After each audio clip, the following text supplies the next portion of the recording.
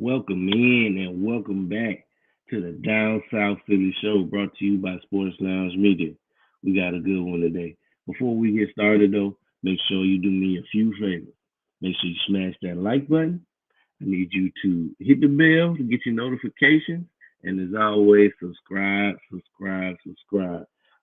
trying to run both YouTube channels up right now. Sports Lounge Media is at 451. We right on the cusp of hitting 500 subs on our Sports Lounge Media page, and then on the Down South Philly show, we're at 523.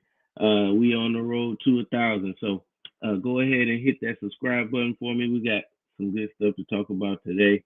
As we edge closer to the 2026 NFL draft, which will be in Pittsburgh this year. We got it's still Howard season, man. We still out here making moves. It's still, a team to be built here. We still have a lot of pieces missing from what the final version of the 2026 Philadelphia Eagles will look like in September. But before then, we got to talk about the latest move, the addition of Chandler Martin, latest team that he was with, obviously the Baltimore Ravens. Let me pull up this little verbiage that I had for it. At first glance, didn't really know much about him. The Eagles do sign Chandler Martin to a 2-year deal. It says Eagles signed linebacker Chandler Martin to a 2-year deal. Martin played last season with the Baltimore Ravens, appearing in 3 games. He suffered a torn ACL in Week 13. He's 5'11".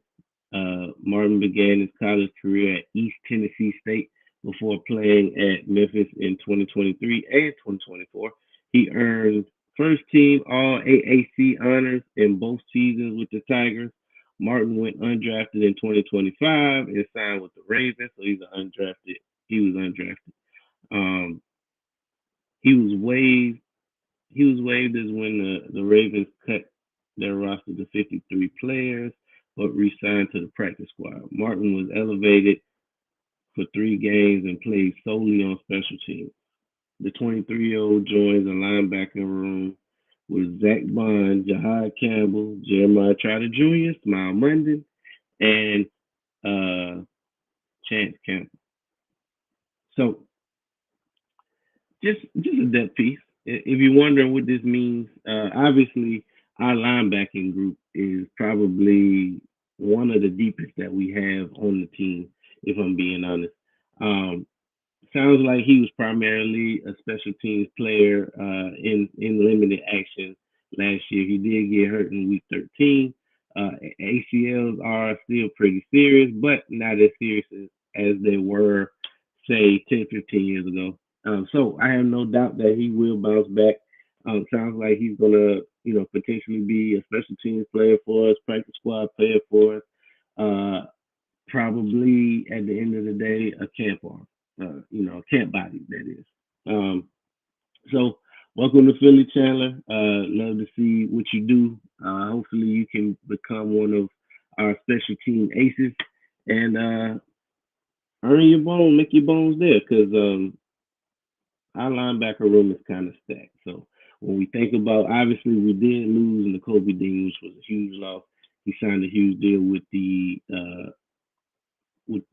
Las Vegas Raiders. Wish him the best of luck, but we still got to win football games, and we still need great linebacker play. So Jahad Campbell, Zach Bond, Jeremiah Trotter, Smile Munden. Those will be the biggest names to look out for. Obviously, Zach Bond and Jahad Campbell, if healthy, will pick up the slack for what we see on a 3-down basis. But if Jahad Campbell's injury lingers on, into the season, then we'll have to see players like a Jeremiah Trotter Jr. step up to the next level. Smile Monday step up to the next level, and just see what he can give us. Because in a small sample size, I think we started to see players like Jeremiah Trotter Jr. step up. Obviously, we know what to expect from his pops, right? He's one of the Eagle greats here. Um, so it's just crazy that he even has the opportunity to play for the same squad as his dad. Hopefully, he can, potentially make a name for himself like his pops did. But I got high hopes for Jeremiah Trotter Jr. going forward. Like I said, I'm not sure of the status of Jahad Campbell, but his injury is going to potentially keep him out of OTAs. Um, and that just gives you more reps. So that's more reps for Trotter. There's more reps for Smile Money. There's more reps for players like Chandler Martin if he can get healthy by the time camp rolls around. Um, when we talk, I, if I'm being honest, I'm so tired of talking about AJ Brown every week. We kind of at a standstill when it comes to AJ Brown news and what is he getting traded? Rumors are heating up. Honestly, we won't know much until June 1st. I don't know if he's gonna be on the team by June 3rd. And it's a weird situation with AJ because he still has so much left in the tank. Um, Yet what he showed us last year is that if we get the 2025 version of AJ, you can still win with it, but it's just annoying to go through another season of that. I don't know if I want to do that. I don't know if I want to go through another season like we had last year, just from AJ's point.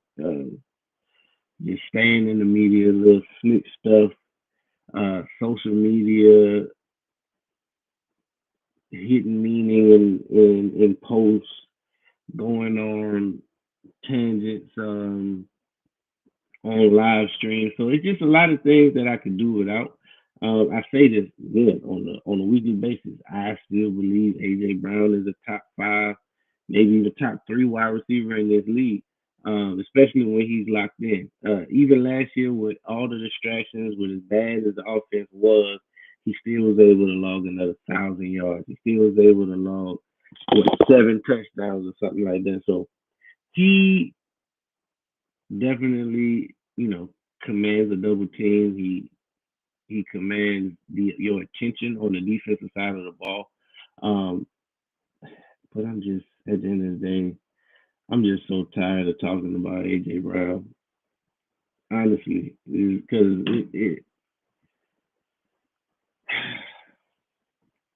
so it's actually been a little bit of a break. It's been some reports that have come out that said, AJ Brown, it's a possibility that he could stay. Um, we have a brand new offensive coordinator in Sean Mannion. Um, it's basically a fresh start for him. But while we have all that chatter going around with AJ Brown, now we got some more stuff coming out about, and I think it's bogus. This whole report about Jalen Hurts and how he has been basically the main reason why the offense hasn't evolved. He's become harder and harder to coach. They suggest that Hurts is the reason why we haven't been able to draw some of the bigger names as far as offensive coordinators. They're saying that it's not much upside being an offensive coordinator because of Hurts. It's kind of like a boom and bust. If you have a great season with Hurts, then you go and you become a head coach the next year. If you have a bad season with Hurts, then you get fired. Um, I think it's the same campaign that or rhetoric that's been pushed ever since Hurst has been in the league. He just was he came in the league not a fan favorite because of everything that happened at Alabama, right? So he gets benched in a national championship game. By the way, it wasn't like he got benched in week two. The national championship, which is the highest or the most important game that you can play on the collegiate level. Um, he gets benched. Tua comes in, wins the game, yada yada yada. He takes the starting position that following year. Hurts has to transfer to Oklahoma. Hurts then goes to ball out at Oklahoma with Cowboys receiver CeeDee Lamb at the time. Um, and it's this stigma. So coming out of or going into that draft where we drafted him, which I believe was that 2018, 2019, something like that. It might have been 2020. I can't remember exactly which year it was, but going into that draft, the scouting report on Hurst was that he probably wouldn't be a starting quarterback. They said he was very limited in the pass game. Again, holding against him the fact that he was benched, um, benched for Tua, having to transfer to get another starting job, yada yada yada. But honestly, It's the same narrative that any guy gets that isn't drafted in the first round. So media and fans alike love the top guys. Who are their favorites? They love Patrick Mahomes. They love Josh Allen. They love Lamar Jackson. Now, because I remember when Lamar Jackson, go Birds, Z Money. I remember when Lamar Jackson was first drafted. Um, it was reports that they wanted him to convert to wide receiver, play other positions outside of quarterback. And he's just like, no, I'm a quarterback, and that's what I'm going to play. Um, Highly scrutinized his first couple of years, and and it really didn't change until he started playing or he won the first MVP. Then he started getting, recognized as one of those top guys. But even after the second MVP that he's won, um, Jalen Hurts has just done more outside of league MVP. Of course, he's been a Super Bowl champion and Super Bowl MVP, but it's just he's still not being fairly judged. Hurts. Even if you take out the fact that he just won the Super Bowl 2 years ago, um, all he does is win on every level. Ever since he's been a part of the Eagles, we've gone to the playoffs every year, won two divisions, won a division at least 2 or 3 times since he's been the starting quarterback. I know, obviously, 2 years in a row now, but before that, I think we won the division at least one more time under his as he's been a starter. But it's just the leadership. Now, the one thing that even the haters, Jalen Hurts haters, give him credit for is his leadership. Um, but what they don't give him credit for is being a good passer of the ball. Now, it may not look how you want it to look. I'll give you that. It's a little more unconventional. But what you got to give Hurts is the fact that he does throw one of the best, if not the best, deep ball in the game. Um, just go look at the highlights of him connecting with Smitty on on a yearly basis. It's probably like 5-10 minute clips of him just floating some of the prettiest balls right in AJ hands, right in Smitty hands, and still he's still being accused of not being a good passer of the ball. So I don't even get upset about that anymore because it's to the point now where you're going to believe what you're going to believe. Me personally, all the questions that I had about Hurts really got answered in the 2022 campaign when we went to the Super Bowl and lost to the Chiefs. The game that season was a special season, but the game, what he put on tape in that Super Bowl was a masterclass. Outside of the fumble, he couldn't have played no better. He could not have played any better than what he played in that 2022 Super Bowl. Um, After watching that game, I wasn't even. I mean, obviously, I wanted my Birds to win the game, but I wasn't even upset about the fact that we didn't win the game because he had such a good game, and I left that game knowing that he would be the guy for the foreseeable future. Go ahead and pay him. I didn't need to see anything else. Um, so for me personally, I don't need to see Hurts take these drastic steps that everybody says he needs to take to be respected. Um, I'm good. I know where Hurts is at this point in his career. I know for a fact that you can win a Super Bowl with him, and that's really all you need. Like some of your favorite guys, you don't even know if you can win a Super Bowl with them. You don't even know if you can win a championship game, let alone go all the way to the big dance. So I'm not even worried about that. Me personally, I get frustrated a little bit when I hear constantly that he's not a good thrower of the football. He's not. If you can at least give him top 10, you got that. You got that because I'm not going back and forth with you about that. We already know where I put him in the rankings. At one time I had him. I still got him top 5. Um, and then when people hear me say that, of course they label me a homer, and then they put their favorite guys in there that just haven't done anything. But at what point did we stop respecting championship performances? At what point did we stop respecting Super Bowl wins? Now people want to throw into the mix that Sam Darnold is a Super Bowl champion. Yeah, he is. And my rebuttal to that part would be, okay, let's see him go to another Super Bowl. He won one. He did. He has a decent season. Um, with a similar formula to what Hurts had in really both Super Bowl runs, where he had a hell of a run game, a hell of an offensive line. He had nice wide receiver options, and a dominating defense. So if you can duplicate everything around a player like that, then let's see what he does if he has if he has that similar weaponry around him. Can he go back and do the same thing?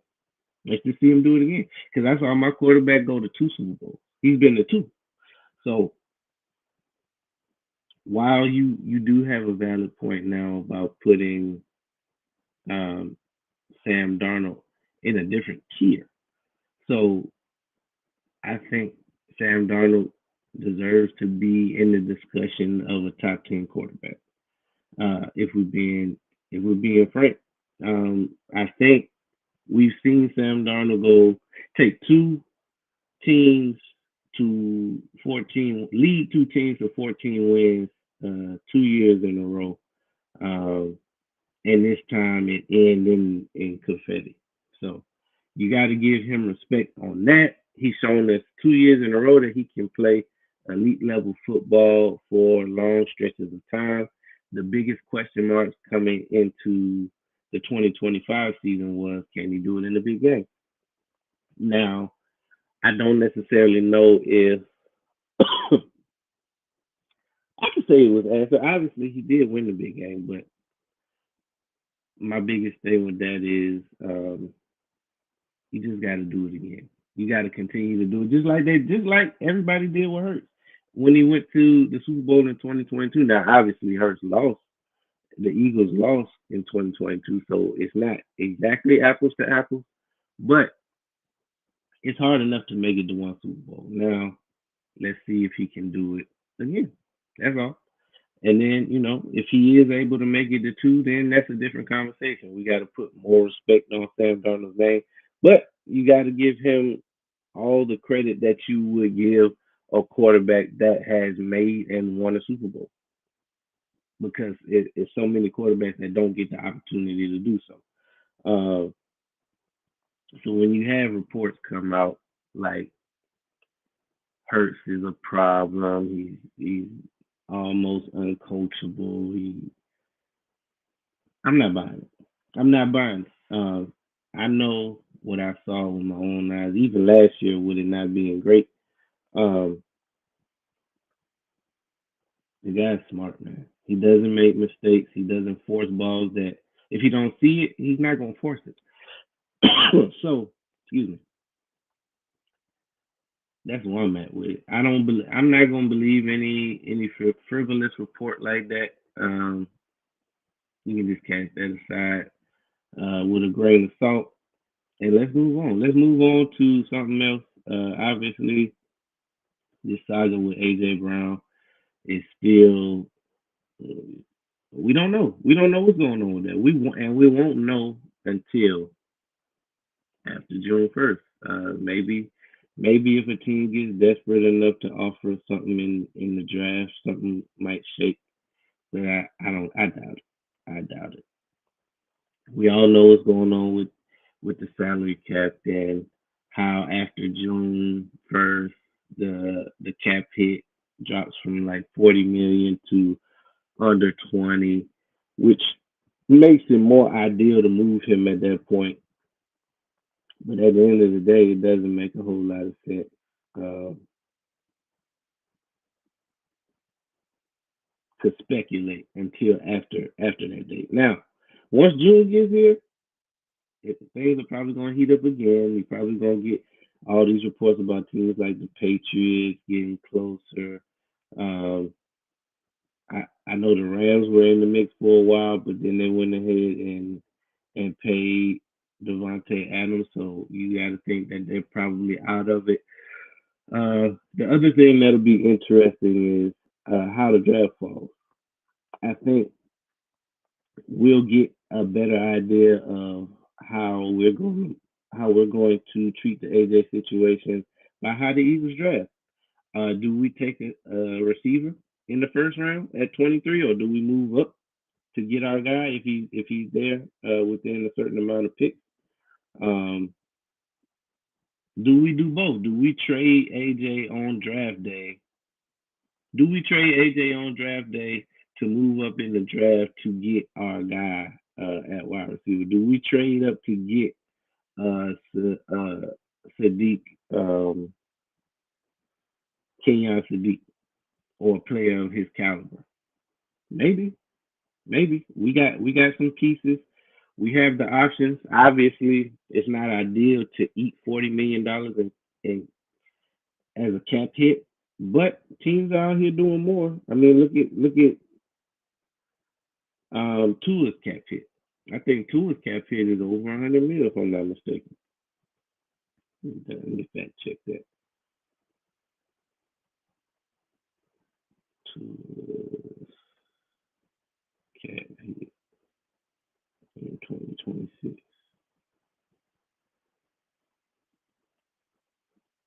Yeah, so Tua will have a $55.4 million cap hit in 2026. Um, so teams can survive taking, a substantial cap hit like that. That's way more than AJ will have, even if we got rid of him like right now. So it'll be interesting. Like I say, every week it'll be interesting to see how the chips fall. Outside of that, it's not much happening in Eagles news. Obviously, again, we got to welcome Chandler Martin to the fold. It's as always Howie season. This is the time where he makes his moves. Those got the whole league shook and hating on what he has to bring to the table. Um, so make sure you stay tuned. We'll be back. next week, 7:30 p.m. Eastern Standard, for another episode of the Down South Philly Show. Um, Make sure y'all hit that like button. That's right. Hit that like button. Make sure you hit that bell so you can get your notifications as soon as we go on live. Um, we're on the race.